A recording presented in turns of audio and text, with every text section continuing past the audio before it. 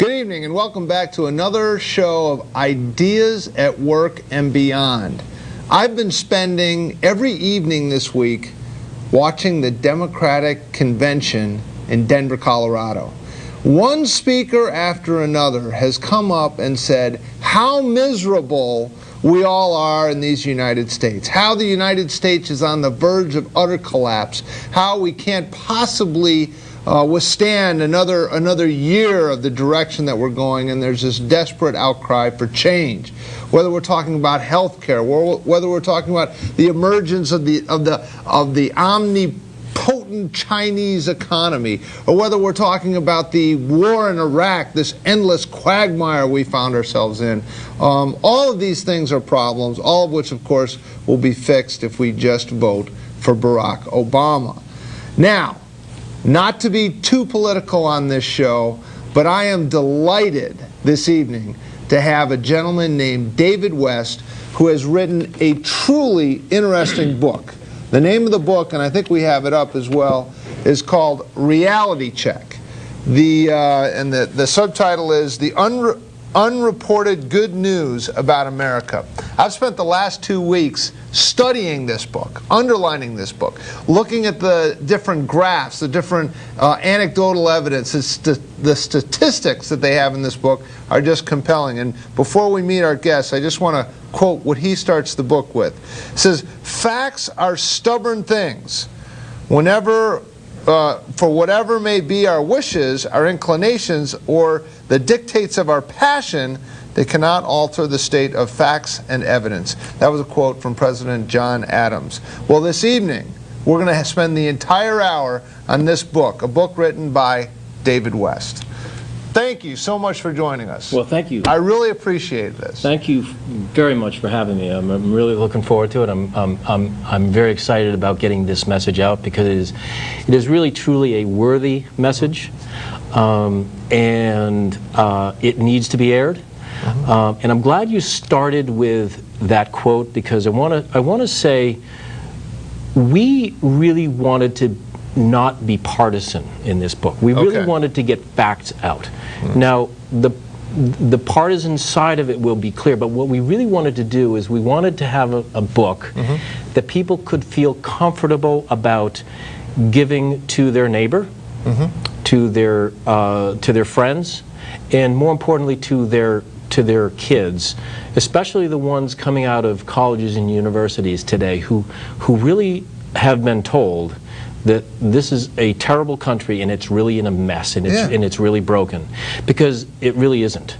Yeah, it really is not. There is that dynamic. You know, you work hard, you buy a house in a nice suburb, you raise your children as sort of beneficiaries of freedom and the free enterprise system, and then you send them off to what are supposed to be very well-respected colleges, and they come back as little Marxists. Is this what you're talking about? That's right.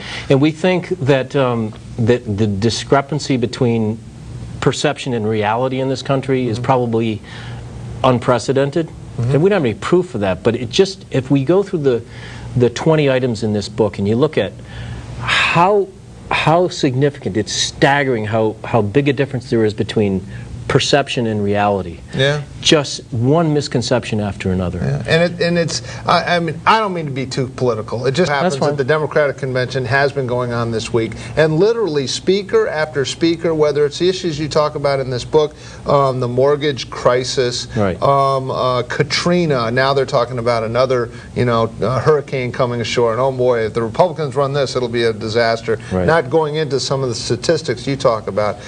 Whether it's talking about the emergence of China.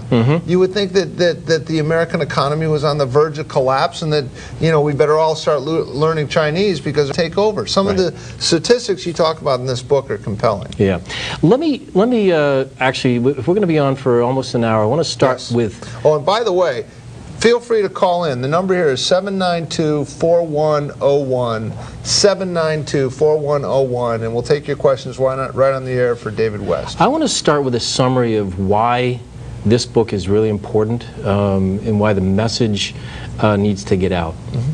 Think about this from a big picture perspective. Step way back and look at where we are. We live in what is clearly the best of all times, the best, greatest country in the history of the world, and everybody's unhappy.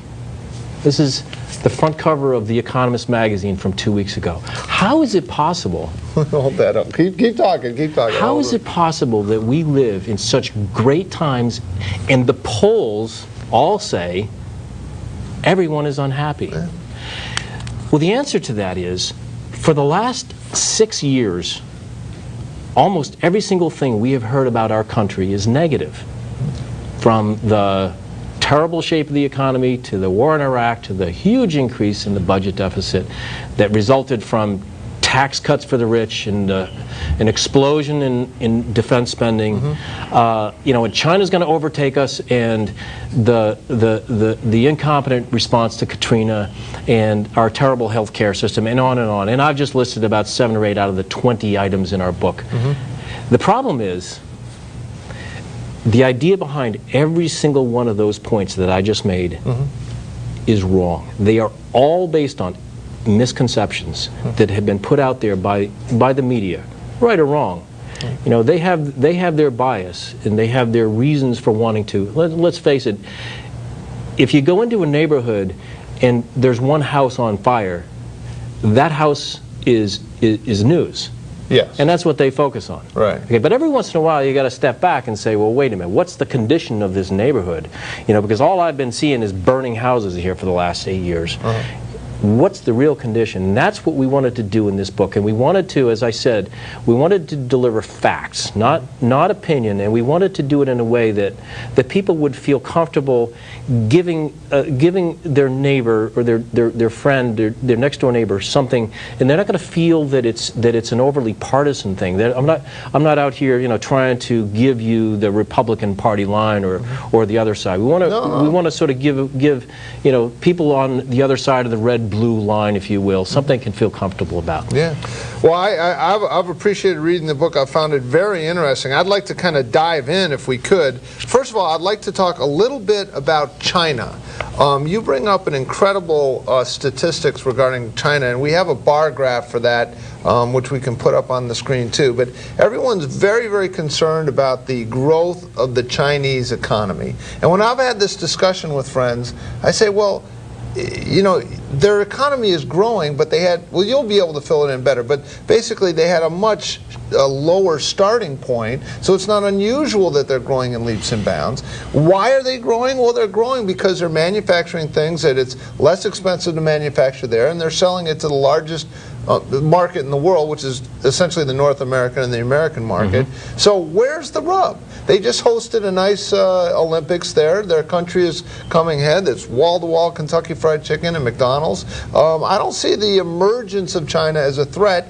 And as you'll point out with your graphs and so forth, which we have up, they're not overwhelming, and it's not something to be feared. But fill in what I just said. Okay, yeah, this is one of the most amazing statistics in the book, and if you can see the chart there. The growth of the U.S. economy during the George Bush administration is larger than the entire economy of China.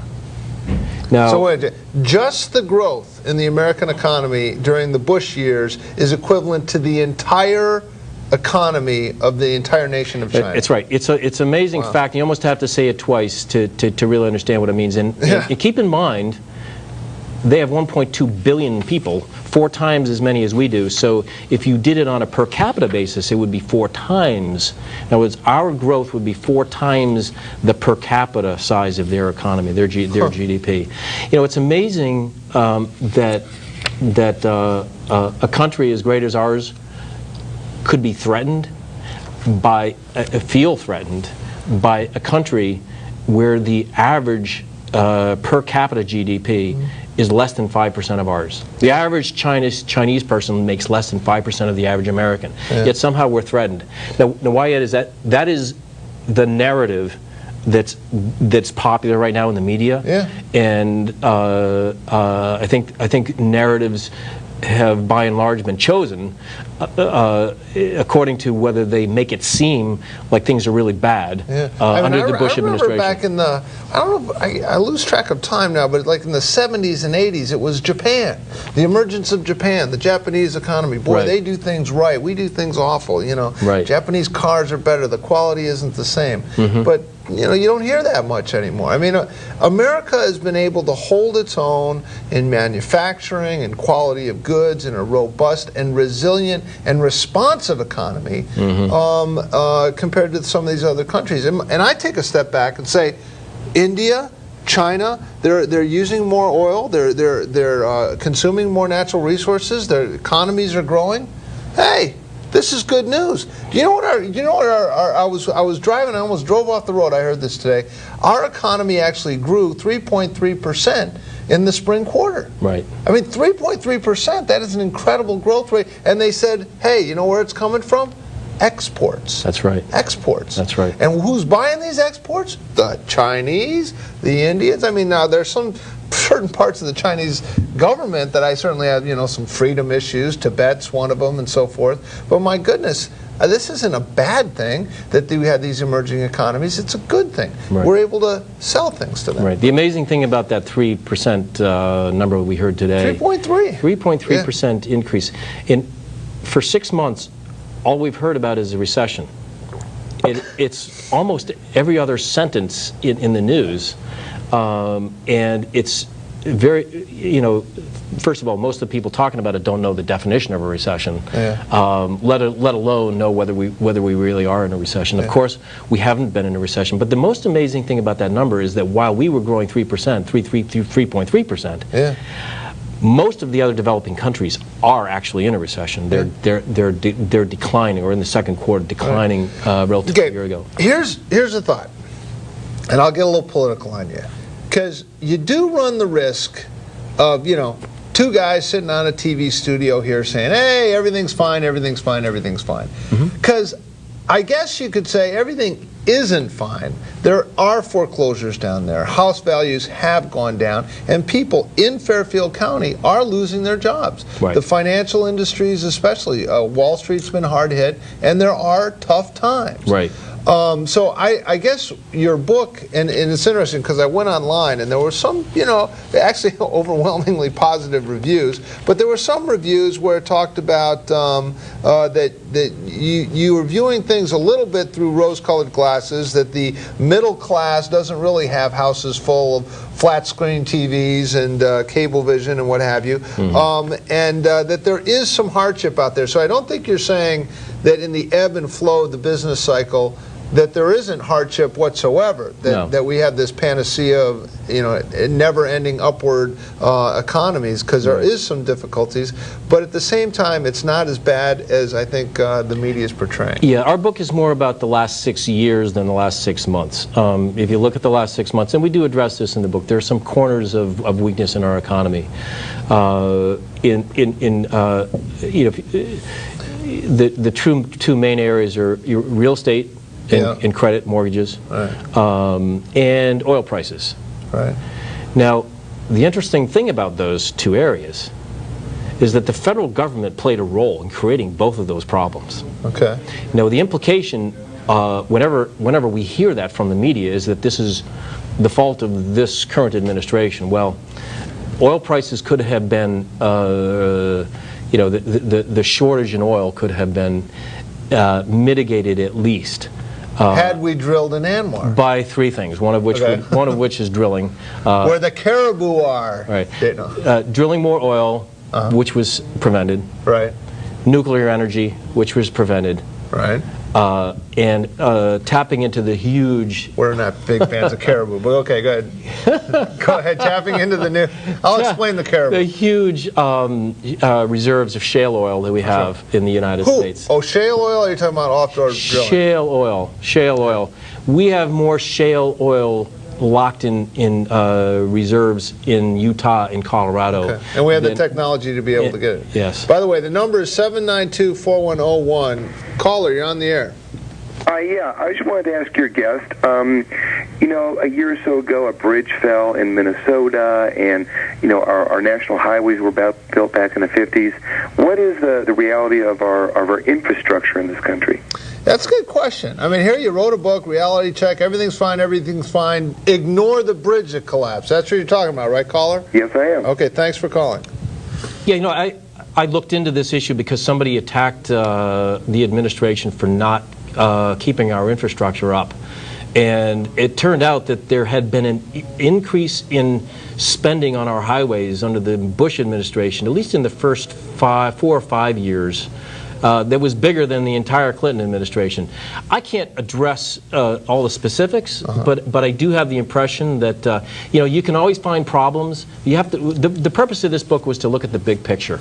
My sense is the big picture on the big picture of the infrastructure in the United States is probably as good or better than most countries in the world. I was down in Belize, Central America. We have better infrastructure than Belize. I can tell you that one. Yeah, I mean, I was just in France not too long ago, and while they have a tremendous highway system, I would say it probably beats ours. But if you get off the highways, basically everything else is in collapse. I mean, I was at a park that I had been at 10 years ago, and it was clear that they just didn't have the money to keep up their own parks in Paris. I mean, this is a country that's in trouble. Now, you know, interesting though, they did get it right on nuclear power, as near as I can tell, in France. They did. Know, you think of France and this progressive, liberal, environmentally conscious country. You can't swing a cat in France without hitting a nuclear reactor. That's right. Yeah. Well, why are we missing the boat on this? Well, you know, this goes back, what now, 30 years ago, and it was a democratic issue where they were, you know, preventing nuclear wars. It was preventing nuclear energy from being developed, and it became a very political issue, and it still is hanging out there. I think it's a solution. It's not the total solution, but I think the real solution is going to be a combination of all the above. You know, it's going to be nuclear, it's going to be shale oil, it's going to be drilling, it's going to be wind power. You know, all these things. You put them all together. I am very much in favor of alternative energy. Nobody wants to be buying all the oil from Saudi Arabia, from the Middle East that we are, and I don't think anybody does. So I think we all hope that those new alternative energies come out as soon as possible. Okay. Okay. So we talked a little bit about China. Talk a little bit, if you could, about the tax structure, because this is what you hear over and over again, especially, I mean, I think even right now, hopefully if you're watching us, stay tuned to us, but if you aren't, the Democratic Convention right now, they're talking about taxing the rich and giving it to the you know, less affluent. That's the big thing. The rich aren't paying their fair share. David, I think we have that one graphics with the 86%, the bar graph. We can work off of that. But talk a little bit about that. Are the rich paying their fair share, or is every woe in the United States a result of wealthy people not paying enough in taxes? Well, you know, that again, we've heard tax cuts for the rich. It's designed to create an idea, an image that is not true. The top. Let me put it this way. There's the graphic. The top 25% of earners, the biggest earners in the country, are paying the highest percentage of taxes, the tax burden in the history of the country. Okay, so let's just slow down and say, the top 25% of the wage earners in the United States are paying 86% of the entire tax load. Right. Okay, and that number, if you look at the bar graph, has continued to increase over the years. Right. So the notion that, wow, Bush has, and I've heard it all throughout this week in the Democratic Convention, George Bush has given tax cuts to the rich, tax cuts to the rich. But what you're saying on these statistics, when you really get down to brass tacks, that not only are the wealthy, the highest top 25% paying 86%, but that number is continually growing, not decreasing. Right. The summary is that there has been a significant shift in the past 10 or 12 years of the tax burden away from the poor toward the rich. And it's not a small shift. That number you just saw, that's a 10-point shift. That's from 76 to 86%. That's a big shift on the top 25% of earners. Now, how do we reconcile that with tax cuts for the rich? Because, you know, to be fair, the top tax bracket was dropped from 39 to 35%. From 39 to 35. 39 to 35. And then capital gains tax went from 30 to 15? Right. I think that was the Bush tax cut? Right. So I'm not clear on that exact number, but capital gains tax were cut. Yeah, no, definitely cut. So, but how do we reconcile that? You know, tax rate reductions. Well, if you reduce tax rates and the economy grows, the economy has grown by 40%. That's a big increase. You saw the number earlier. That's 20% real growth. That's adjusted for inflation. Right. You get a 40% increase in the GDP as a result of tax cuts spurring the economy. Yeah. A lot of people go into a higher tax bracket. If you go, that's the good news. You go into a higher tax bracket, you can pay more taxes. Tax revenues go up. So, and it also shifts the burden from the poor to the rich. Okay. Again, our number is 792-4101, and you can also reach us through the goodness of the BlackBerry technology by email. It's heiserhouse@aol.com, and we can run that scroll as well. But we have a caller. Caller, you on the air? Hi. I was wondering, how would you describe the true situation with Social Security? That is a good question. As a matter of fact, someone had emailed that in. What is the true state of Social Security? Thank you very much. Thank you. Yeah, it is one of the chapters in the book that doesn't really paint a good picture of the country. If the title is the good news, this isn't really good news, but it really is. When we started down the path to do this book, it was really to address misconceptions. And the big misconception in Social Security is that, don't worry about it, it's going to be okay. It's not going to be okay. The book gets into the specific details of, you know, what is going to happen and when. Okay, but if nothing is done, Social Security will be bankrupt. There will not be the money that is needed to pay the obligations that the Social Security system has at some point down the road. The ironic part of that is that it's one of the things that George Bush took a real risk on. He stepped out and said, you know, we're going to try to address this. It was considered the third rail of politics. Yeah.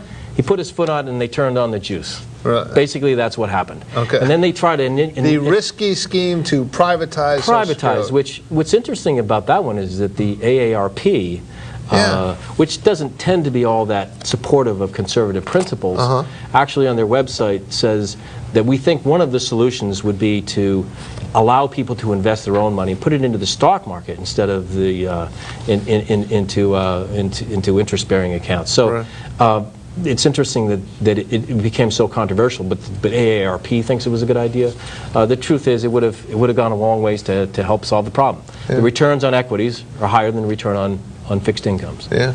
George Bush said in January 15, 2005, if we do not act now, government will eventually be left with two choices: dramatically reducing benefits or imposing a massive, economically ruinous tax increase.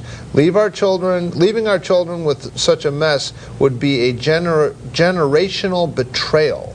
That's what he said. I mean, you know, the guy stood up to the plate and gave it his best shot on Social Security. And I think if they would have allowed to take some of that money and put it into the private sector, it would have, the projections weren't quite as dire. But let's go to the caller. You on the air?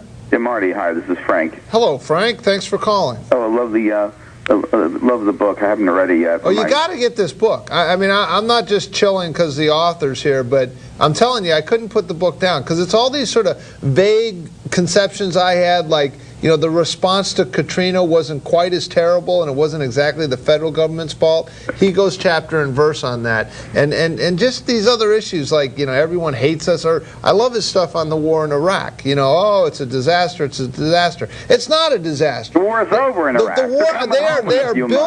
They are building a Ferris wheel, like the largest Ferris wheel on the planet, in either Fallujah or Baghdad. Look it up.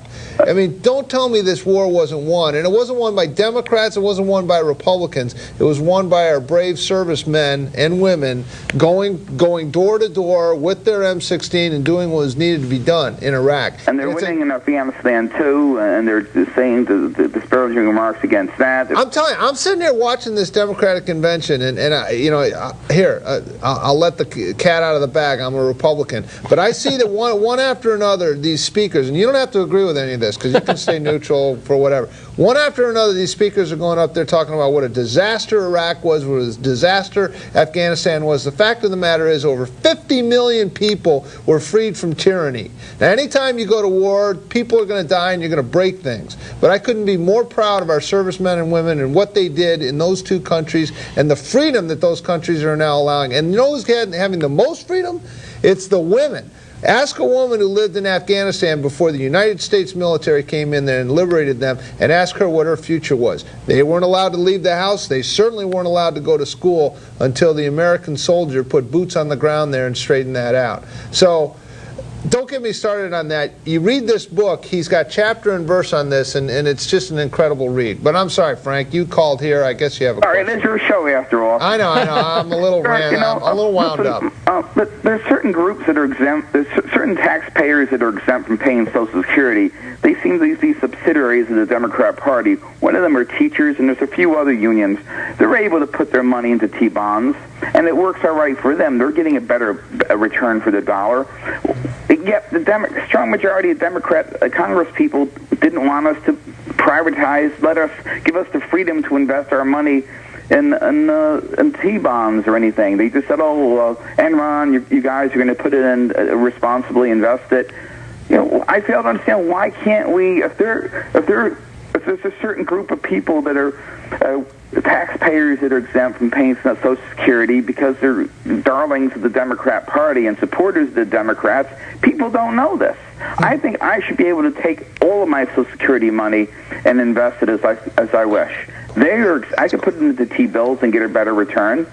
Yeah, so let me get this straight. And frankly, you're just a caller out there, in your kitchen calling in a show. But you're telling me, like the National Education Association or some of these teachers' union are allowed to take some of their Social Security money and privately invest it? Mostly in T-bonds, and most of it, believe it or not, is in this in the what's going on with oil, investing in the what do they call it, the hedge funds. Huh. They're the biggest investors, the unions. So it's working out for them, and when it's good for it's very Orwellian. It's okay for them to sleep in mattresses because they wear sheets. Very Orwellian, but we can't do it. It's a pyramid scheme. They know it. I'm offended. You don't read about this. You only hear it on Marty Heiser's show.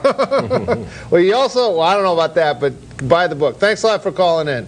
What about that? Social Security, you say, as George Bush said here, we're in trouble. We can't, act like we don't need to make some changes.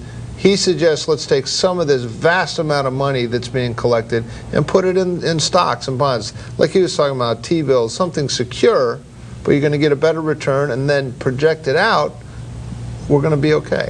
Right. It was interesting because he proposed that and it got voted down, and it was clear that it was going to become voted down, and he said, well, there are a lot of solutions to this. You suggest a solution, and nobody came up with any solutions. So it just didn't.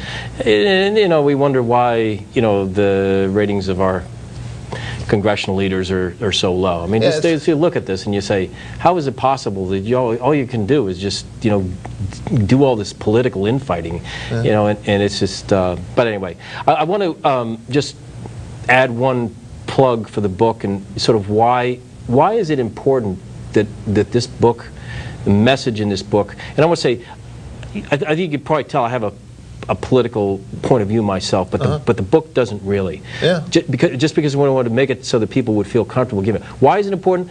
It's important because if you don't understand what you have, and to a degree why you have it, there's a very high risk that you will lose it. Yeah.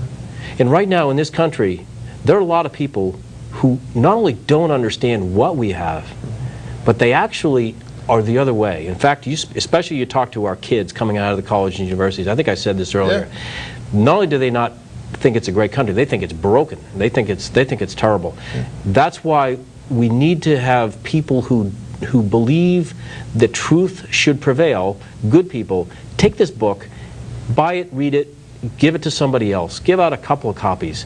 That's the only way we can get this word out to people, and I think it's a worthy message. Yeah. Talk about unforeseen consequences. When we come back from our break, I want to talk about ethanol.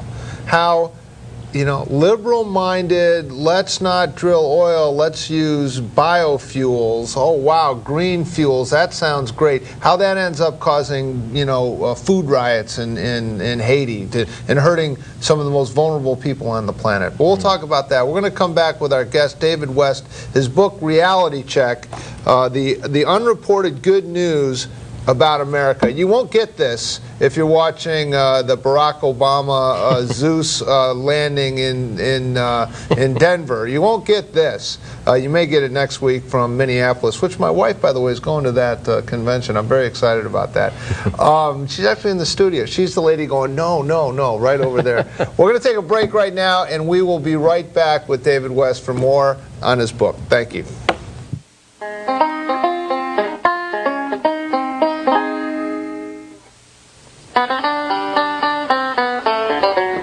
Come gather round Dick Condit, Scooter, and Rove. It's time to get packing. We must hit the road. But there's war and recession and bad mortgage loans. And our legacy needs saving. So forget he's a jackass who's liberally prone. Oh, it's time for some campaigning. Old party friends, time to say au revoir. We failed to extinguish Barack's rising star. You were so close, my darling. Alas, no cigar. And now their tune is changing. I'll be back in 4 years. Heck, it ain't all that far. Oh, it's time for some campaigning. Gather conservatives, lend me a hand. Unless you want this liberal voice in command. I spent years in a rat hole in North Vietnam. Now the GOP's contained. So forget my skin cancer and swollen left hand. Oh, it's time for some campaign.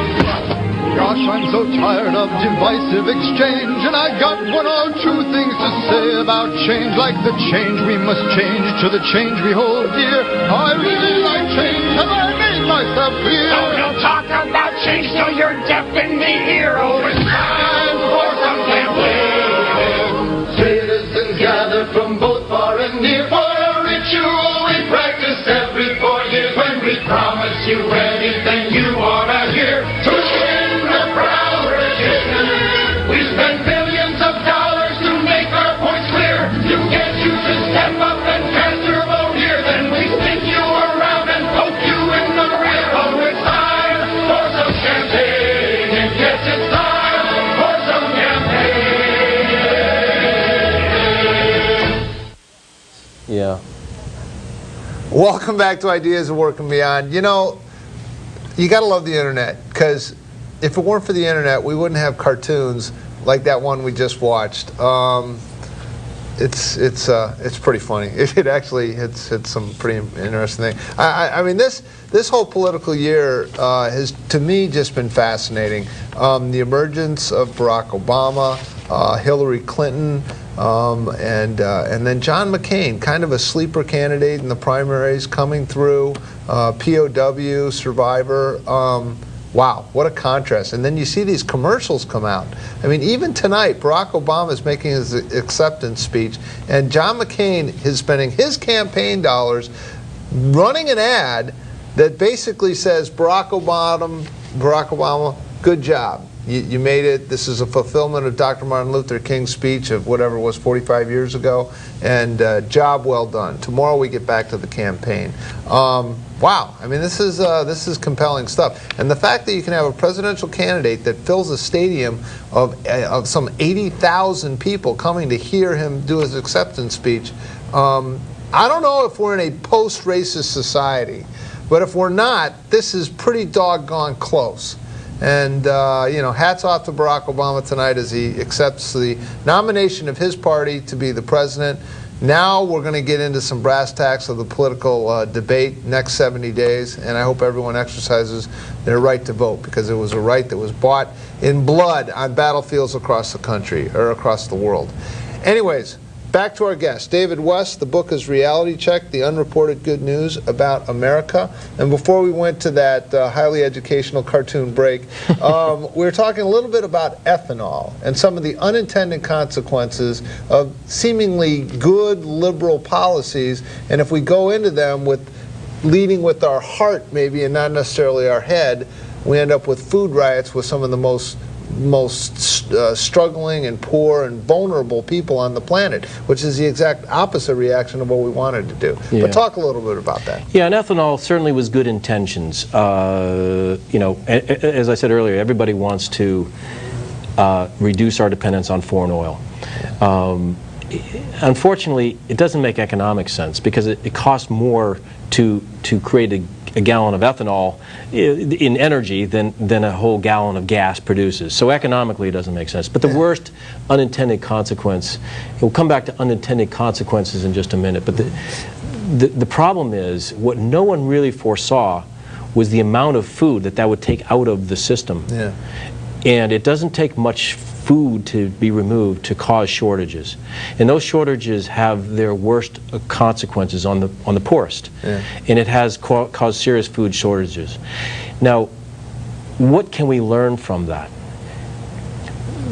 What you learn is that you really need to understand the facts, or you'll go astray. It's one of the important points of the book is it's difficult enough to make good decisions on complex issues if you start with good facts. If you start with the bad facts, you're probably going to go astray. We went astray on ethanol. And the question is, if people don't have the correct facts that we have in this book, Reality Check, if people work from misconceptions, how far off track do you think that we can go? And that's the question that you ought to ask yourself. Is it dangerous? And we get into a little bit about why we think there is an unprecedented gap between perception and reality. There's always been a gap. I mean, there's always been liberal bias. Everybody knows that. Yeah. It's been pretty well documented, and there are some fairly good reasons for it. But why is it unprecedented? Well, we have two big things going on in the huge increase in the amount of information available from the internet, right, and a huge reduction in the manpower and resources to evaluate it and sift through it and evaluate what's real and what isn't real.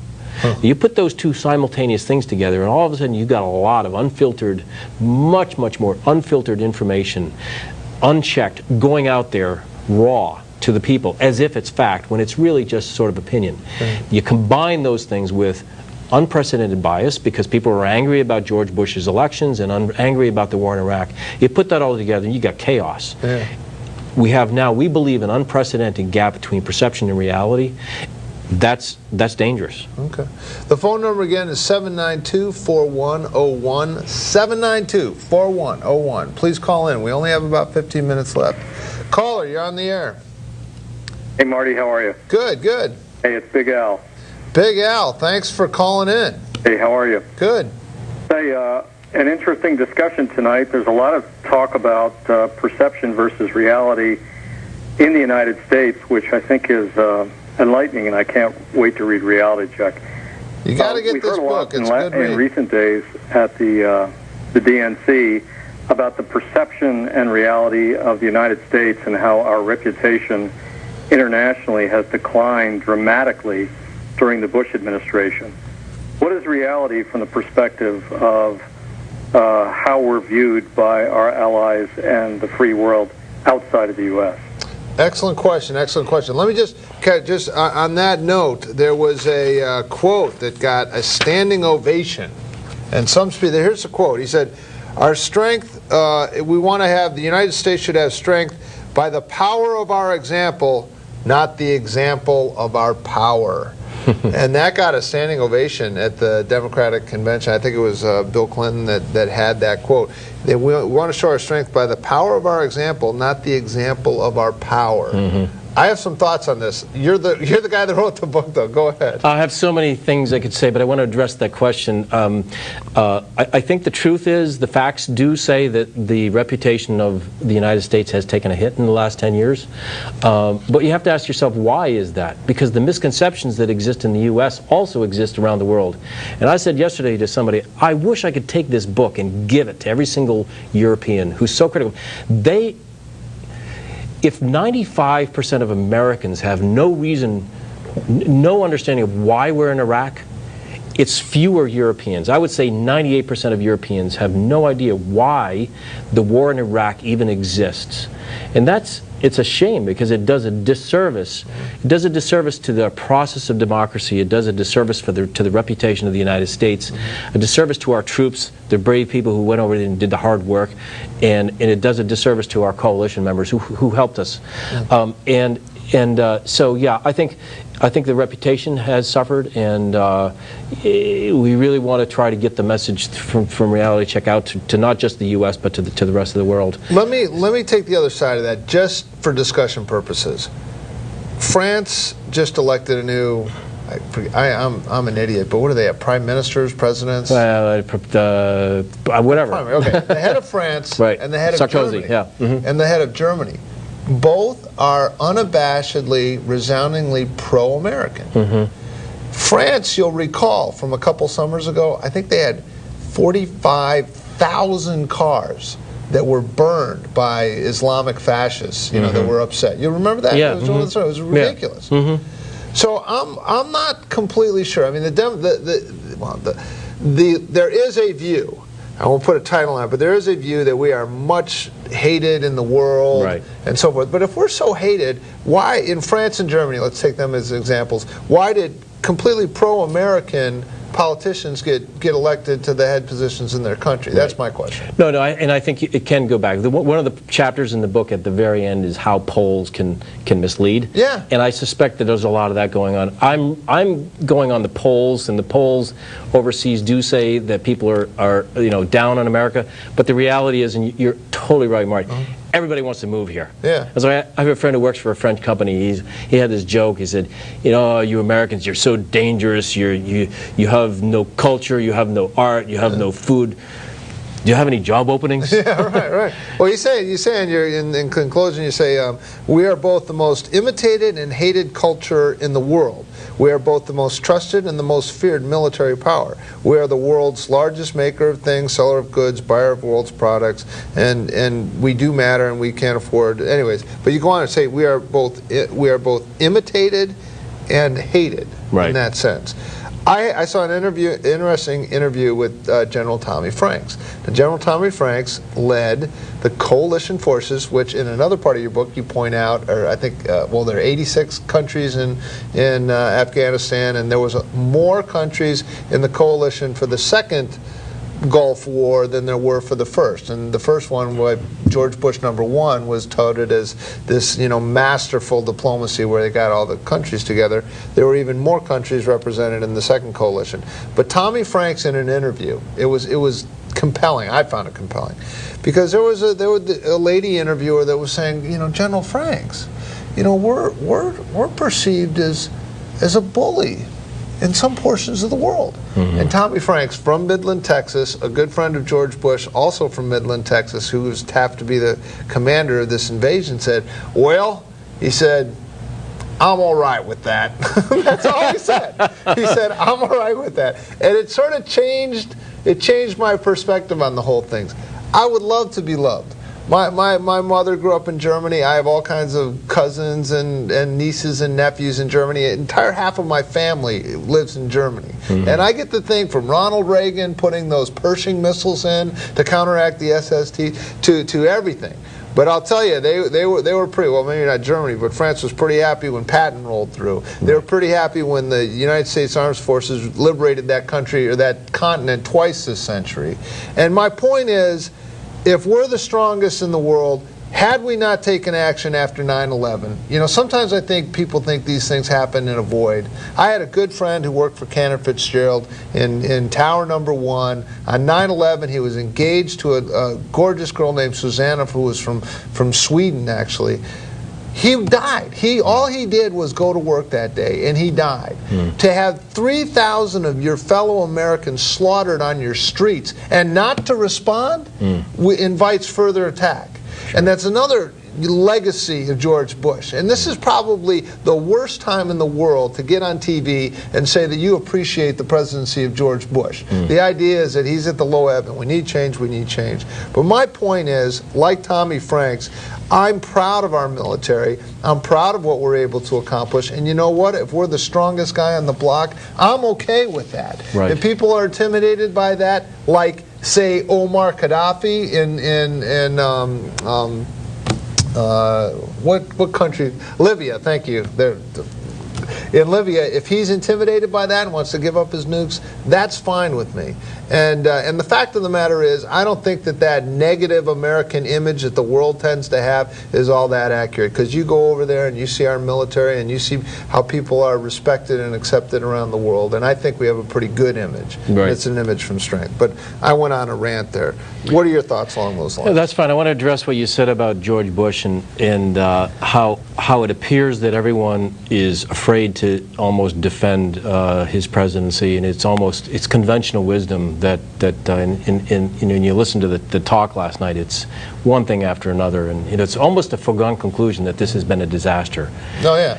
So let's look at it, and I don't. The book is not designed as an indiscriminate defense of George Bush. No, it's very apolitical. Nobody's perfect, okay? But let's look at some of the big picture items, okay? The economy of the U.S. over the past 6 years has grown faster than all but a few developed countries, and that's in spite of the fact that it's growing on top of a higher base than others. Yeah. Okay. I mean, when you look at China and India growing fast, well, they got some catching up to do. That's right. Unemployment lower than almost all developed countries. In fact, significantly lower, 2 full points below the average of the other developed countries, hovering around all-time historic lows. Now, that's the economy. That is definitely not a disaster by any stretch, by any definition of the term disaster. The growth of the economy bigger than the entire size of the economy of China, with 1.2. Now, the budget deficit, the deficit over the past 6 years as a percentage of GDP is lower than the average of the last 3 decades. What is the disaster? Military spending as a percent of GDP is lower over the past 6 years than it has been in all successive decades since World War II. And that's in spite of the fact that we have wars going on in Iraq and Afghanistan. People can't believe that. They hear $1 trillion, and it's like always designed to make it sound like this is an explosion in defense spending. Well, the reality is it's lower as a percent of GDP than it has been since World War II. Taxes for the rich, we talked about that earlier. Well, there's been a shift from taxes for the poor toward the rich. One of the most important ones is people think the U.S. has declined in importance.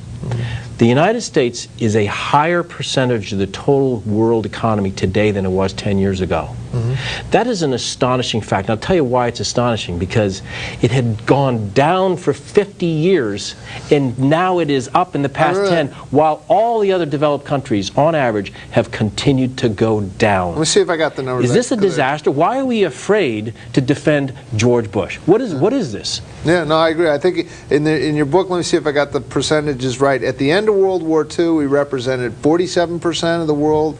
It was as high as 75% at the end. But then it went down to 25. 25. But then it went back up to 27. Back up to 27, which doesn't sound like a lot. But if you realize that everybody else has continued to go down, all the other developed countries, the big gainers have been the United States plus all the other developed countries, third world countries, developing countries that have gone up, and it's a little easier for them to grow because they were so small in the first place. Okay, so let me just make sure I got this straight, because during the Clinton years in the 1990s, the budget, the deficit as a percentage of the total budget has been equal to what we have now?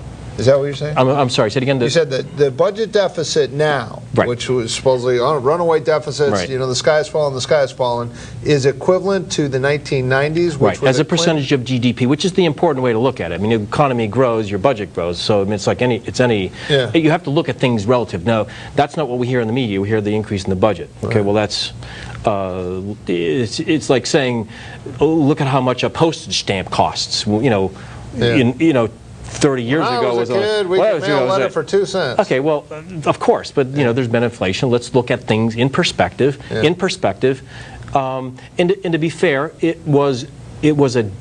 had gone to a surplus at the end of the Clinton years, and it is now a deficit. Okay, I don't want any deficit. Okay, I don't think there should be any deficit at all, and we say that in the book. Yeah, you do. Okay, say we're but too the point wealthy is, a country to be running a deficit. Exactly. But the point is, it's not a disaster. Let's not try to make it a 1.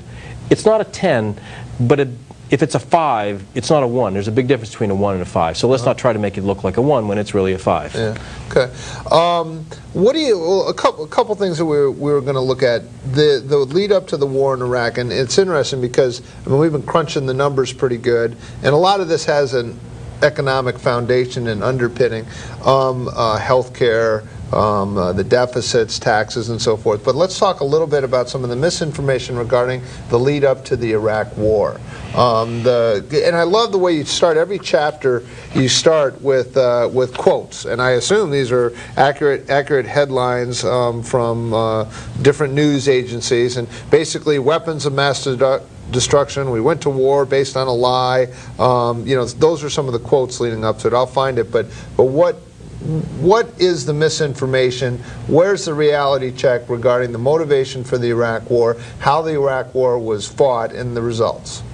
Yeah, no, Marty mentioned a pattern that we wanted to try to follow in this book, which starts with conventional wisdom.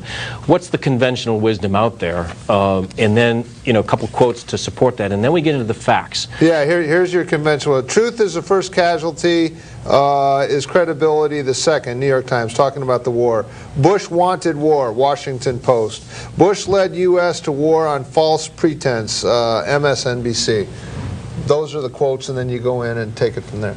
Yeah, I mean, it has been boiled down to the soundbite that Bush lied, and that is the soundbite that much of many Americans and much of the world believe. Mm-hmm. The reality is, if you look at what Bush said in his speech just before we invaded Iraq, the first line really is more about what we don't know about WMD than saying with certainty that we know they have WMD. Right.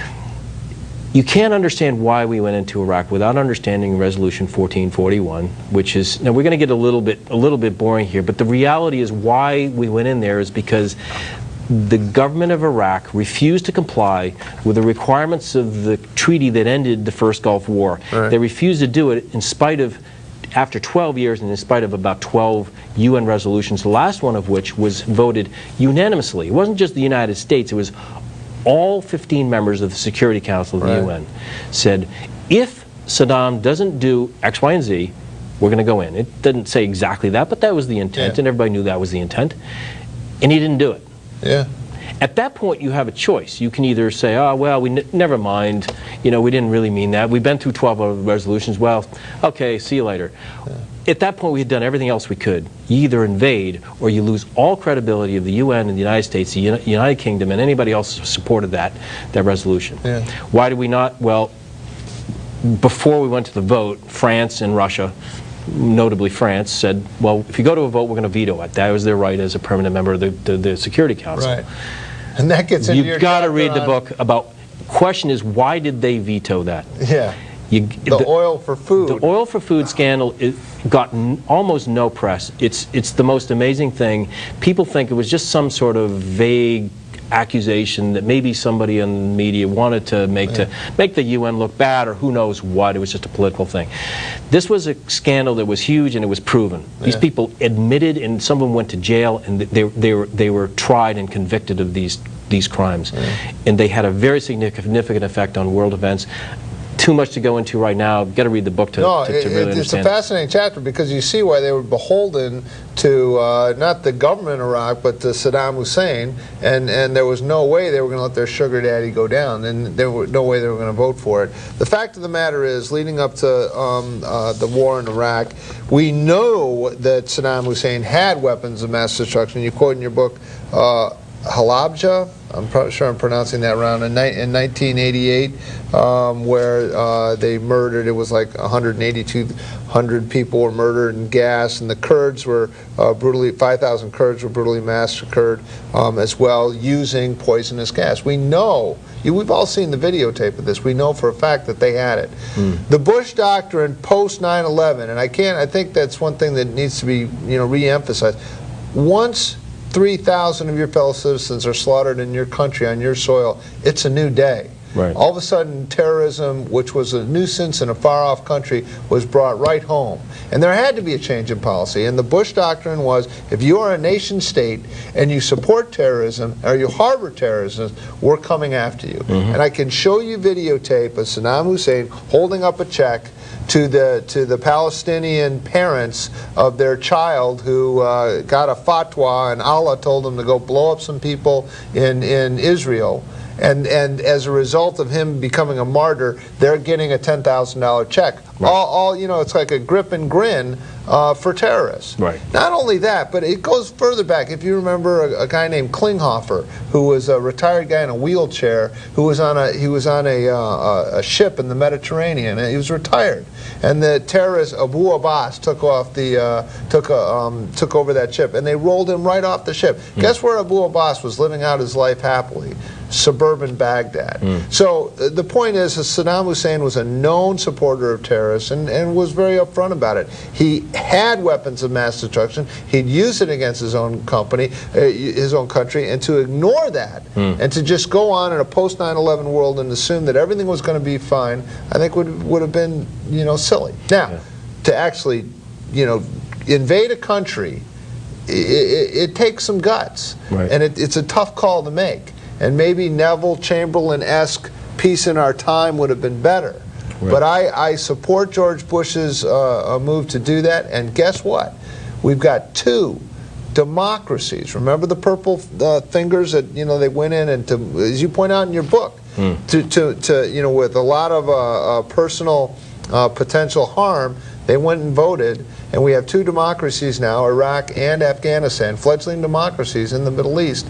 And let's see how it works. And I think 10, 15 years, I don't know how long from now, it'll be seen as a good move, as visionary, and I think it'll all work out. That's my opinion. I regret that it cost more in money and lives than was expected, but that's, sometimes that happens, and you can't give up just because it's costing more. Yeah. You don't pull a policeman off the street because it's risky and costing money, And sometimes ignoring these threats and hoping they'll go away for a brighter day leads to, I don't even talk about Germany in 1930. Do we have time for one more point? You got 10 seconds. Go ahead. When you read the things about Katrina and what was done before, during, and after, you will realize that was the most extensive emergency rescue effort in the history, not of just the U.S., but of the world.